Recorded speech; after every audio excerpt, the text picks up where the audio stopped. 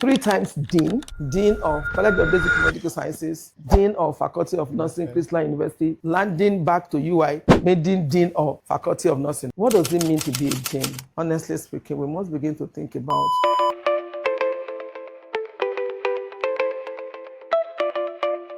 to steer the course of a ship, you must first, 1, be on the ship, 2, be the captain of the ship. Without too much rhetoric, I'm just going straight to the point that to make the biggest changes and the most impact, you have to be a leader. When we hear leader, we most times think of positions of authority or just being there to make decisions. But when I hear leader, I hear impact, I hear changes. Today, I'm with an epitome of true leadership. It's just wonderful because this just puts me in close proximity to the knowledge and the well of impact that can be made today. Ladies and gentlemen, welcome to Nursing Unscripted. I am Nathan Yeshua, and today with me, I have the Dean of Department, Faculty of Nursing Science, University of Ibadan. Thank you very much for having us here today, man. Thank you so much.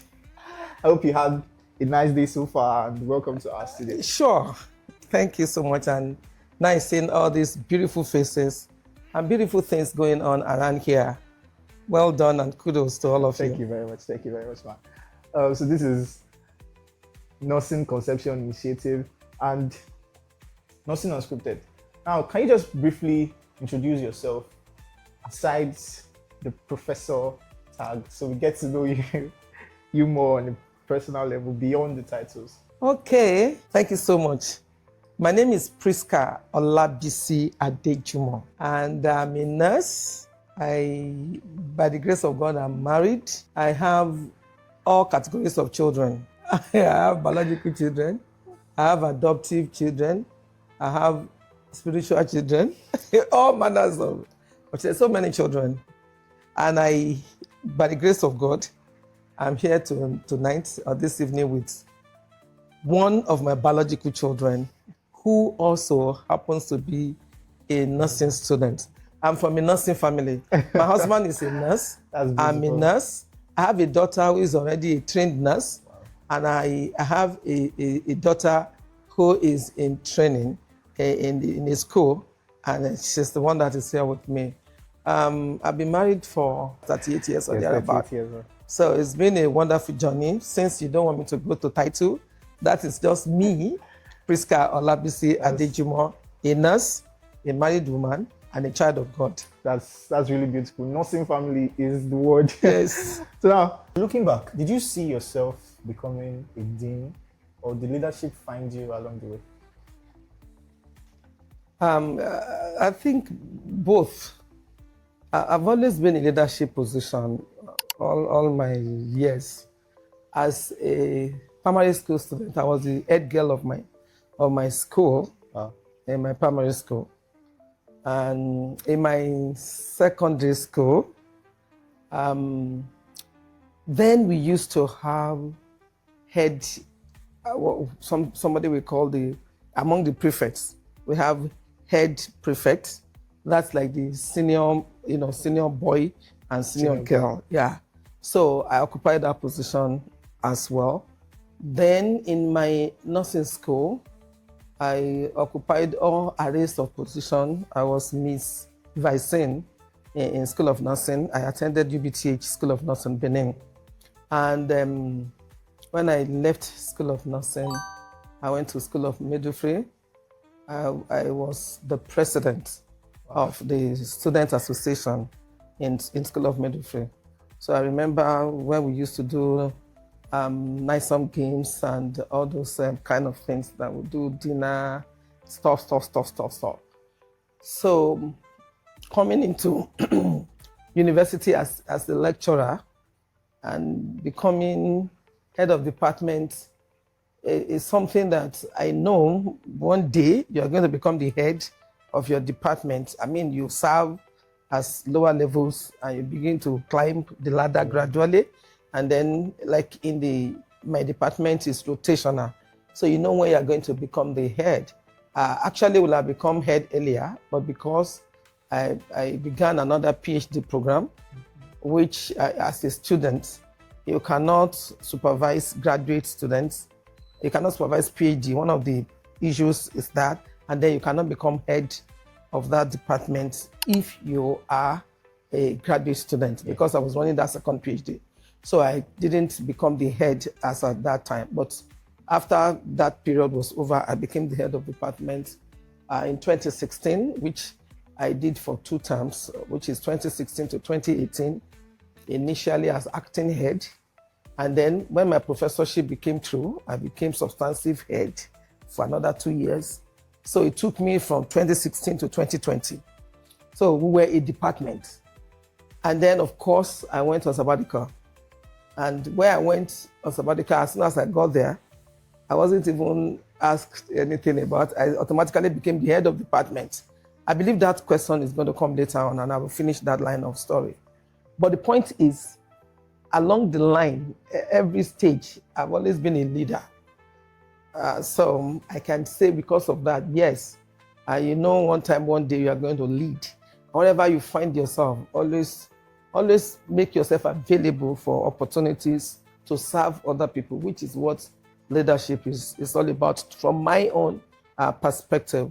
So if you look at it from that angle, I'll say, oh yeah, sure, you know that you're going to become a leader one time or the other. But as for the deanship, I never dreamt of it. I've been away, I just came back.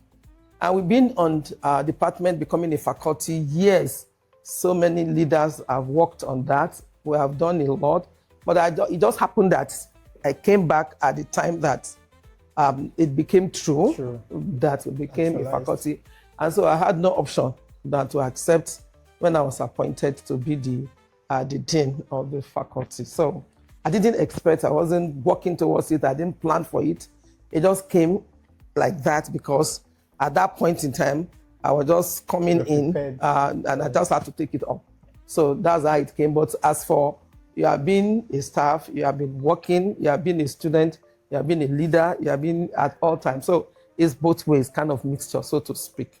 That's very nice, considering that it's been a long journey throughout your life. Do you think that this character is in it, or there are some defining moments that prepared you for these opportunities? When you talk about leadership, whether it's innate or acquired, my perspective has always been is both. And it's both in the sense that if you are born and your father, your mother, everyone around you have always been in leadership position, if you don't assert yourself, sincerely speaking, it may not work out. So if you have opportunities and you prove yourself, yeah, why not? As you grow along, you acquire skills that are needed, that are useful for leadership position. And when opportunities come and you prove yourself, you are able, of course, leadership is something that keeps, coming on and on. Once you occupy a particular leadership position and you prove your worth of that position, trust me, another one is going to come. So it keeps moving, and that individual keeps climbing the ladder, and keep climbing the ladder. Other opportunities will come. You occupy the position, you perform well, you're a high flyer. It will come, another one will come another time. So it's both. It depends on what scenario we are looking at. Okay. But if you are born and you don't sharpen your skills, you don't develop your skills, you can find it dead completely, that it will not even look like you are the same person who has these innate characteristics. So if you have the innate characteristics, you need to nurture it, you need to fan it to life, and you need to deploy it. Because there are some leaders, some individuals who are leaders, so to speak, but either they are not discovered or they are not deployed. So you must find out your purpose in leadership position. You must identify and deploy it. Then it becomes manifest. Yeah. So for me, I would say yes, it's both. You can be born a leader depending on what angle you're coming from, but it does not automatically make you a leader. Yes. So these are definitely skills that you have to grow. Absolutely. Yeah. So now, still speaking about leadership, and now we're bringing it to nurses. A lot of nurses do not believe that they have what it takes in itself to be leaders. Although they want to, but they still think that there's a huge gap in where they are and where they want to be. So what are the important mindset shifts that are required to be an effective leader as a nurse? Well, for me, honestly speaking, I'll say it's a growth mindset. A growth mindset is a mindset that looks for opportunities wherever they're available, fill the gaps. Is a mindset that does not join people in escalating problems, but rather always look for solutions. So whenever you are a solution provider, trust me, you stand out. Because if you look at Nigeria, for example, there are so many problems everywhere. Everybody is crying, everybody is shouting, everybody is screaming. But everybody is tired of all those things. The moment you hear someone say, hey, I have a solution to this, people are bound to listen to you. Okay, come and tell us, what's your solution? Even if it's a stupid thing you want to say, people are at first forced to want to listen to what you are bringing to the table. So for me, a growth mindset, a positive mindset, a mindset that does not just dwell on problems alone, but look for solution, identify solution in any problem, any challenge, any obstacles, any hindrance, wherever you find yourself. That is a mindset of a leader. So as a student nurse, as a registered nurse, as a staff nurse, you need to understand that these are important skills that you should possess as a leader.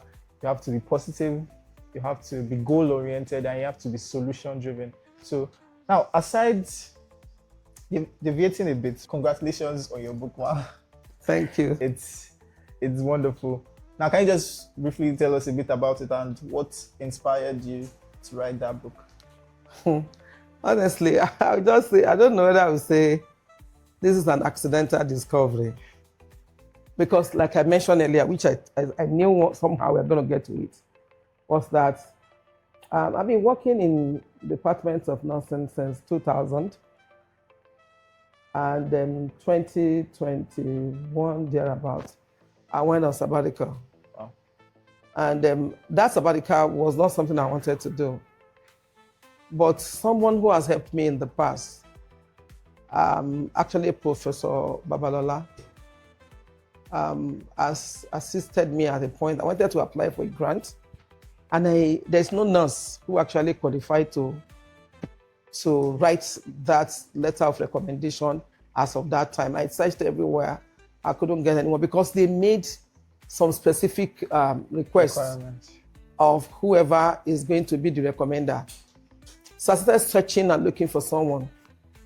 And eventually I found out that that's Professor Chinedum Peace Babalola had what it takes because she has gotten a grant of that caliber. So I was wondering, how am I going to get her? And it was going to close. In fact, I've given up that I wasn't writing any longer. But one of my children said, Mommy, why don't you try, since she's the only one who can give you, and she's not a nurse, why don't you just try? I said, try. I've struggled everywhere. I couldn't get anyone, so maybe I should forget about it. He said, I should write what I want, draft it, and that will make life easier for her. Now, you see that she says no, or she says yes. So if she says yes, he will just bring that one that I've prepared for her. She will now prepare it on the letterhead, our own letterhead, and then that makes the story easy. So that person actually went very late in the night, met her in the office. She had visitors, she was doing a lot of things in Emirati UCH. And eventually she attended to him. She transferred that information onto a letterhead. She fleshed it up, signed it, did everything that she wanted because my son went with the photocopy of soft copy of what we worked on at home. And at the end of the day, I got that grant and I was so glad. I felt so indebted to her. So when my daughter had her son and I went to Canada to look after my grandson, that was when she became the vice chancellor of Christland University. And she wanted me to come there because they were having some issues with their nursing program. I said, no, I cannot. No, I mean, this. she pleaded, and I remember that, oh, she did me good, which I had also been looking for an opportunity to pay back.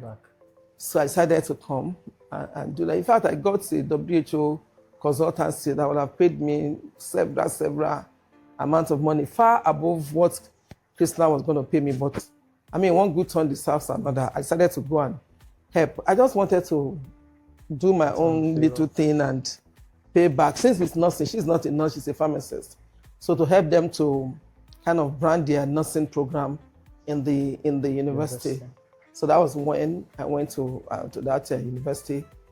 And then as I got there, I became automatically the head of department, because once you have a professor, the professor becomes head. So I became the head of department. And my assignment was to help them to secure accreditation from Nursing and Midwifery Council of Nigeria. So we started working. We did a lot of things. By the grace of God, we were able to secure that accreditation. And instead of stopping at just becoming, getting accreditation for the department, we became a full-fledged faculty of nursing. Wow. So I was the head of department. And after I became the head of department, the dean, they used colleges in that university. So the dean of the College of Basic Medical Science, Professor Walker, spoke to me that he was going to leave and I should prepare to be the dean. I was like, dean, from where to where? Anyway, he tendered his resignation and the university did their selection and I was appointed the dean of the College of Basic Medical Sciences in Prisca University, comprising of several departments like the Department of Nursing, like Public Health, like Medical Laboratory Science, like Physiology, and so on and so forth. So having all those departments then, and I becoming the dean, without anybody telling me before, without any kind of preparation before, somehow I chuckled a little bit. But once work comes, and that's what you talk about, being a leader, I mean, it's no news. You just get on work, find solution to problems, begin to get to work quickly. And then we became a faculty. Okay. And automatically, in fact, I went as far as getting a professor from the East to come and take over the deanship of the newly minted Faculty of Nursing at Prisca. But I was told, no, you did all the work and got the faculty. You should at least be the pioneer dean. And after that, you can now hand over to someone. And that's how I became the pioneer dean of the Faculty of Nursing at Prisca University, as well as the dean of College of Basic Medical Sciences. So when my sabbatical was over, I returned to University of Ibadan. Fortunately or unfortunately for me, I came back at the time the battle for the soul of Faculty of Nursing was on. And by the grace of God, with all the help of everyone, it was settled and we became a faculty on the 27th of March, 2024. Wow. And I became a dean. So 3 times dean of College of Basic Medical Sciences, dean of Faculty of Nursing, Prisca University, landing back to UI, dean of Faculty of Nursing. It just occurred to me that no, this deanship should not just go like that. I just need to really find out, what does it mean to be a dean? How is it about being a dean? And so the idea just flashed to me, and I went to meet the Vice Chancellor.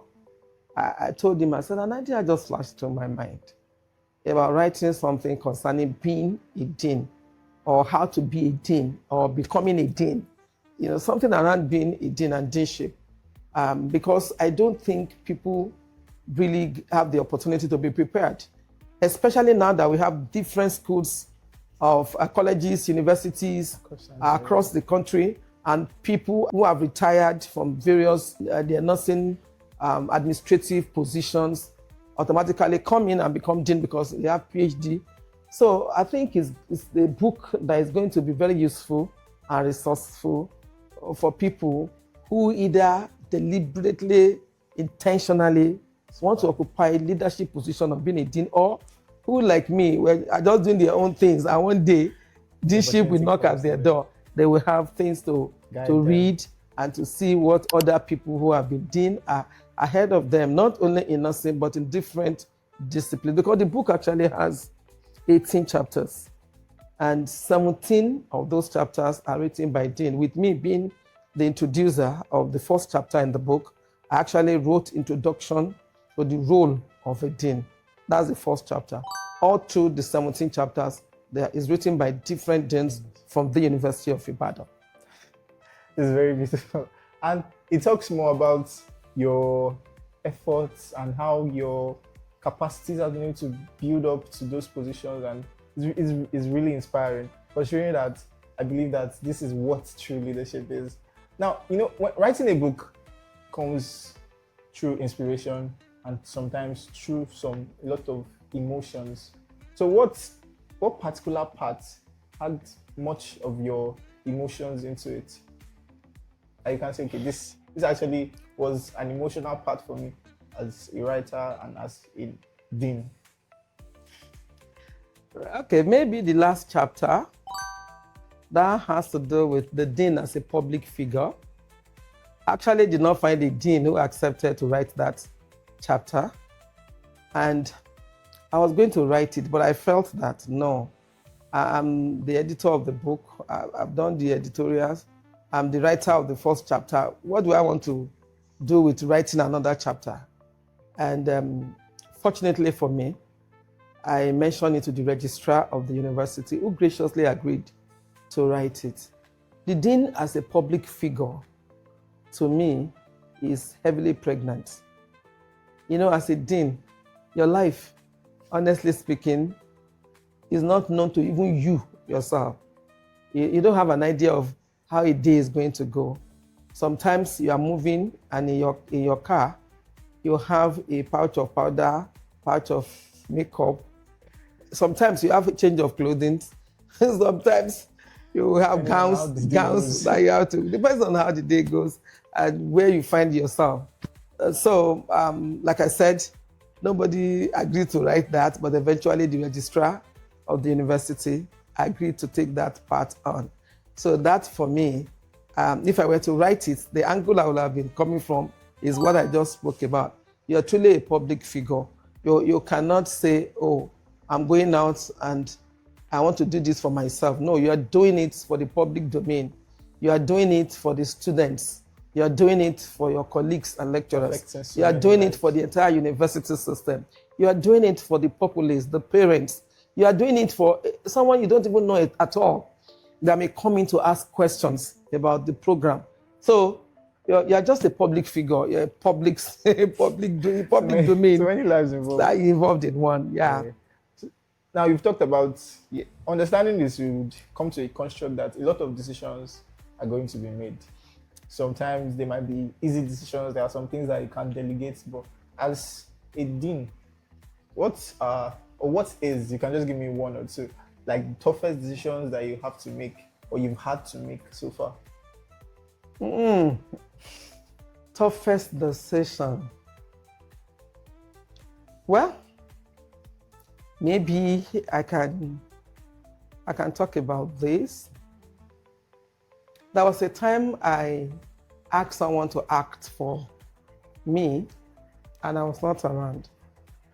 And a document passed through my table, and it was approved, and it went. And when it was time to implement it, the people just came to ask that, oh, Dean, we are ready to move. What dates will you like? And I'm like, dates? I can't remember doing anything and approving anything like this. So do you mind giving me some time to actually verify this? And I asked everybody, nobody seemed to know anything about it.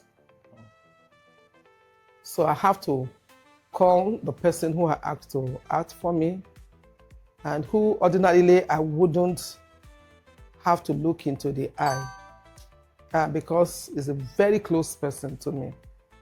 But because leadership is about influence, if you ask me to reduce the word leadership to one thing, I will choose the word influence. whether you know it or not, you're an influencer. You see that somebody is influencing you or you're influencing someone. Whether it is conscious or unconscious, it's happening. Somebody somewhere has seen you do something and say, oh, I like this auntie. I like the way this uncle does this thing. You may not even speak with that person. I have people I admire. And I'm just like, I'm your secret admirer. Yeah, I just like the way you do your things. But when it comes to leadership, it's intentional. You want to influence people positively. That's it.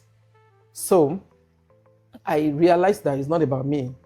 It's about the leadership of that position. So I had to call and said, sorry, this thing did not pass through appropriate channels. So I told the person, recall this letter, and I spoke to the people. Because it didn't pass through appropriate channel, we cannot act on it. So a letter has to be written telling them that, sorry, the thing actually did not pass through the faculty, and then it was returned, and faculty has to meet properly on that document, and then we now moved forward. That was ordinarily speaking, a difficult one, because like I said, the person is very close to me. And what I tell people is, if you are close to me and I occupy any leadership position, be ready to go extra mile. Be sure you do things right. Yeah. Don't do anything wrong. You know, in some arena, if you are close to whoever is in leadership position, then you are a sacred cow. That's not so with me. In fact, you will serve punishment when others can go scot-free. You will have to be punished. You will have to pay penalties. You will have to do so many things that other people can take for granted. So that was a difficult one, but it was done. And I make sure that everybody understood that next time when you are in a leadership position, acting for someone, don't take that opportunity and do what you know it's not supposed to be done. And that was it. And so we talk about leadership and all the changes, the influence, and all of that.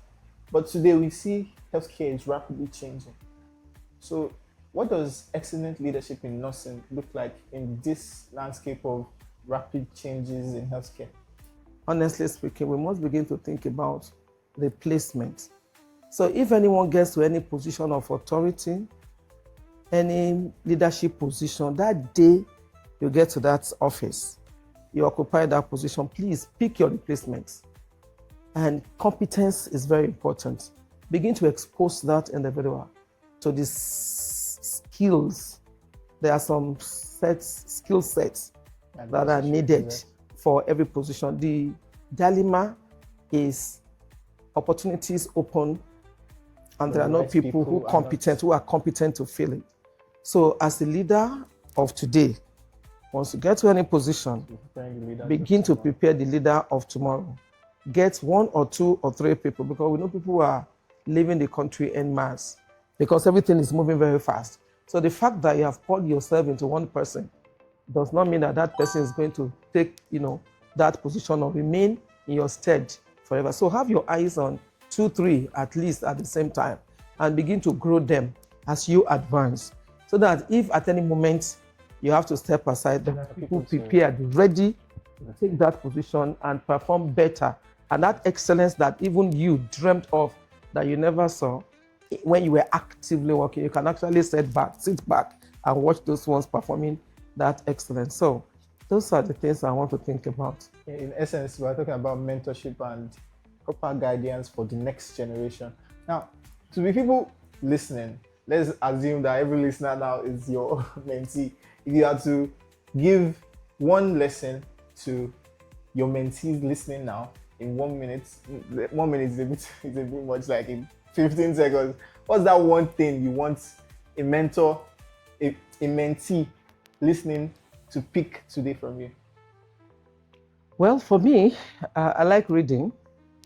And so I encourage everyone that is close to me, that is under my tutelage, that is my mentee, to read. First option, read. Second option, and read. Third option. And reading could mean different things to different people, depending on what your aspirations are, what you're dreaming of, and where you want to be. The only leveler, as far as I'm concerned, is education. If you are dutiful, You are Hardworking, diligent. diligent. Yes, I mean, you'll get there. If you are my mentee, those are the things I'm going to tell you. So mentees listening, read, growth factor, and be hardworking. So those are things that you need to pick.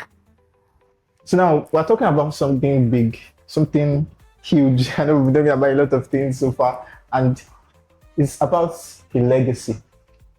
So what legacy do you hope to leave behind, not just as dean, but as a nurse and as a leader? Thank you very much. Honestly speaking, I like to see tomorrow nurses who have changed the dynamics of who nurses are in the society.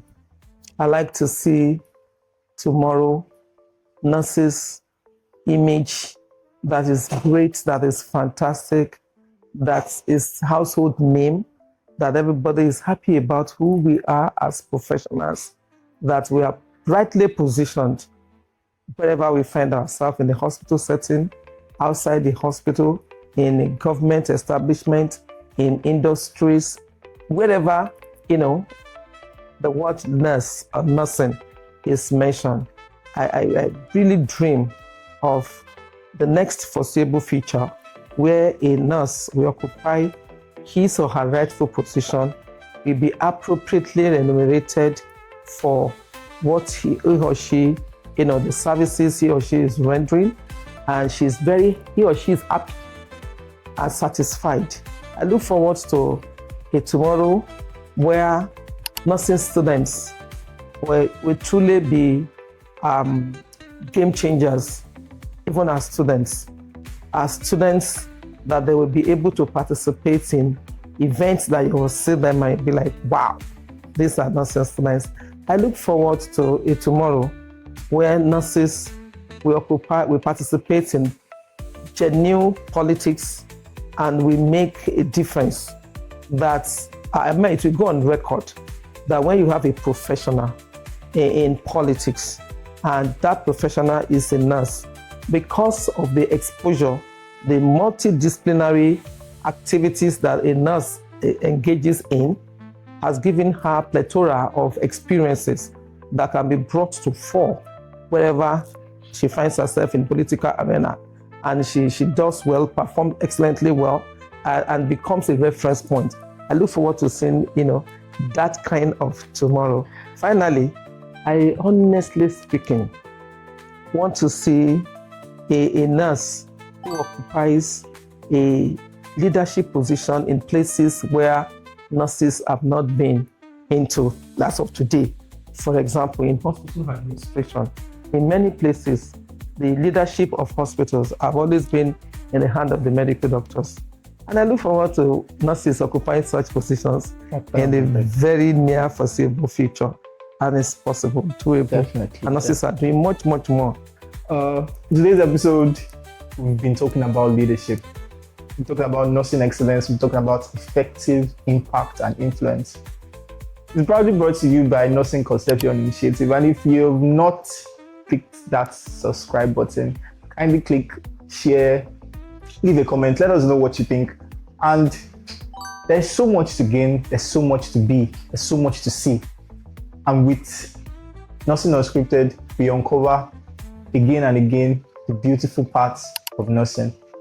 I remain your host, Nathan Yeshua, and we'll catch you on the flip side.